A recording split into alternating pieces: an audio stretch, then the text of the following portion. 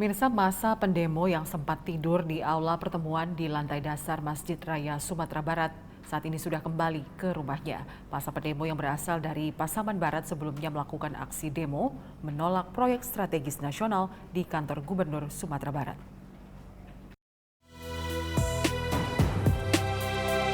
Suasana di Masjid Raya Sumatera Barat kini sudah berjalan seperti biasa. Sebelumnya Masjid Raya Sumbar dipenuhi masa pendemo. Mereka menginap di ruang aula pertemuan di lantai dasar Masjid Raya Sumatera Barat. Sebetulnya kemarin itu ya berterima kasih kepada aparat yang sudah berusaha memulangkan para demonstran yang menginap di masjid.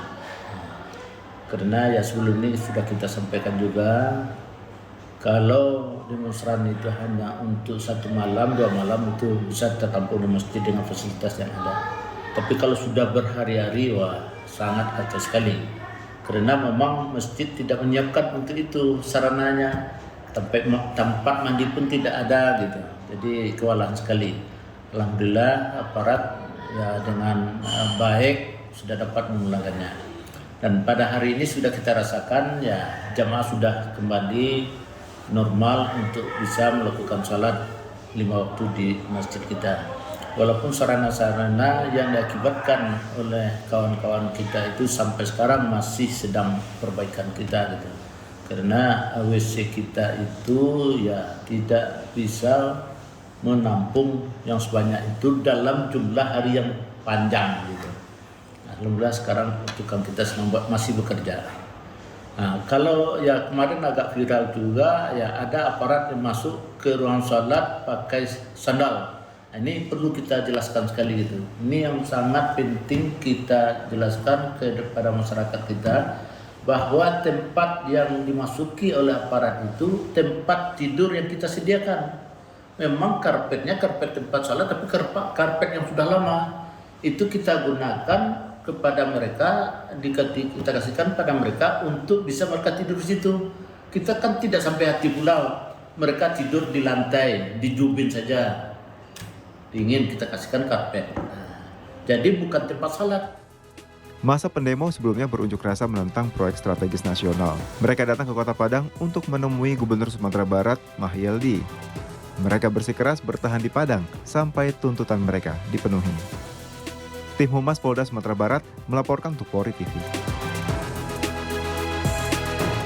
Keterangan pengurus Masjid Raya Sumatera Barat yang meluruskan video viral polisi menginjak karpet sholat Masjid Raya dikonfirmasi oleh Kapolda Sumatera Barat.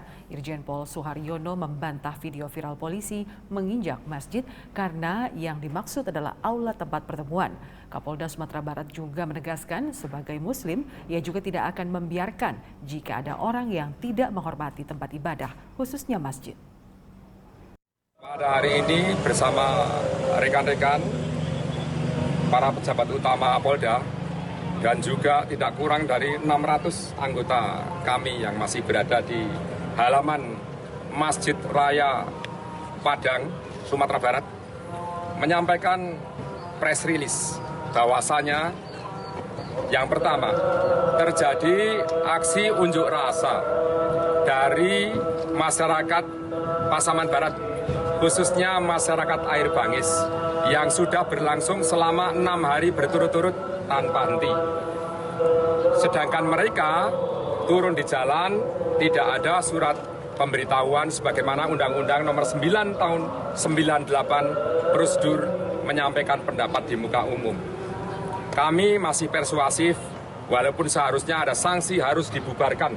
Barang siapa yang tidak mematuhi anjuran dari aparat penegak hukum maka terkena sanksi pidana sesuai dengan pasal yang tertera di dalam KUHP. Tetapi ini pun belum kami lakukan. Kami masih persuasi menghimbau kepada mereka semua untuk kembali ke Pasaman Barat. Ternyata yang terjadi adalah mereka tidur di Masjid Raya, Masjid Agung yang tercinta kita ini.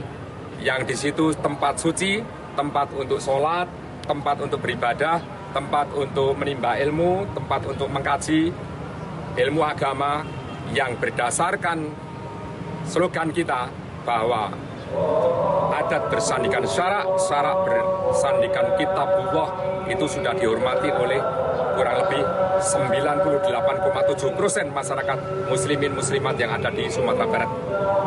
Masjid ini adalah masjid yang terindah, yang menurut penyampaian Bapak Gubernur terindah di Asia Tenggara. Begitu hebat antiknya. Nah, saya lanjutkan.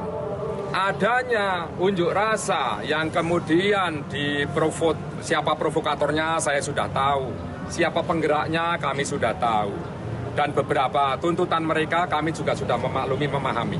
Kami ucapkan terima kasih kepada pengunjuk rasa karena para perwakilannya sudah berkesempatan untuk beraudiensi dan juga bertemu kepada unsur Forkopimda. Saya sebagai Kapolda, termasuk Pak Gubernur, Pak Bupati, yang diwakili Pak Wakil Bupati Pasaman Barat, dan seterusnya. Sehingga kesimpulannya pada hari ini, di hari Sabtu, di hari yang ke-6 ini, kami setelah memberikan himbauan mereka juga tidak mau, sampai tuntutan yang 9, yang tidak saya sebutkan tuntutan itu di sini, tetapi tidak mungkin dan tidak masuk akal tuntutan yang 9 itu harus ditetapkan seperti tersangka, harus dikeluarkan dari tahanan. Namanya pencuri, ya harus ditahan.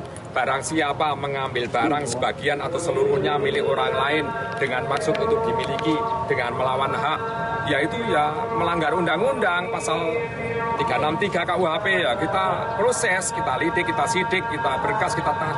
Mereka menginginkan tahanannya dilepaskan, barang bukti diserahkan, dikembalikan, ya tidak mungkin. Kami yang aparat penegak hukum itu kalah dengan masyarakat yang menuntut sesuatu yang tidak berdasarkan undang-undang. Kami tetap on the track, berdasarkan undang-undang, on the track maju terus. Dengan tetap Harkam Tipmas terjaga. Petunjuk arahan Bapak Kapolri harus terukur, harus diukur antara Gakum dan Harkam Tipmas sudah kami lakukan. Tetapi kaitannya dengan masyarakat, mereka juga ada pelanggaran yang kedua. Yang pertama, penggerak massa ini sudah kami yakinkan tidak ada perizinan dan pemberitahuannya. Mereka tidur di masjid tempat yang suci ini dengan mengajak anak-anak, dengan mengajak ibu-ibu dan wanita. Dikerahkan sebagai tameng-tameng untuk menuntut yang 9 itu. Ya tidak mungkin kami lakukan kecuali menghimbau dan mengembalikan mereka untuk ke Pasaman Barat. Akhirnya sore ini, alhamdulillah semuanya sudah kembali ke Pasaman Barat. Langkah yang kami tempuh pertama adalah himbauan-himbauan. Semua pejabat utama kami turunkan, pengurus masjid kami hadirkan untuk mereka dihimbau kembali. Akhirnya pelan-pelan ada juga yang berontak-berontak nggak ingin kembali.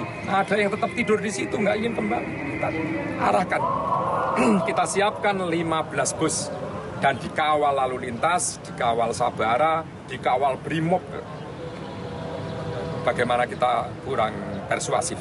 Tetapi sore ini saya melihat virtual, ada visual dari ya mungkin TikTok lah, netizen, pengurus masjid.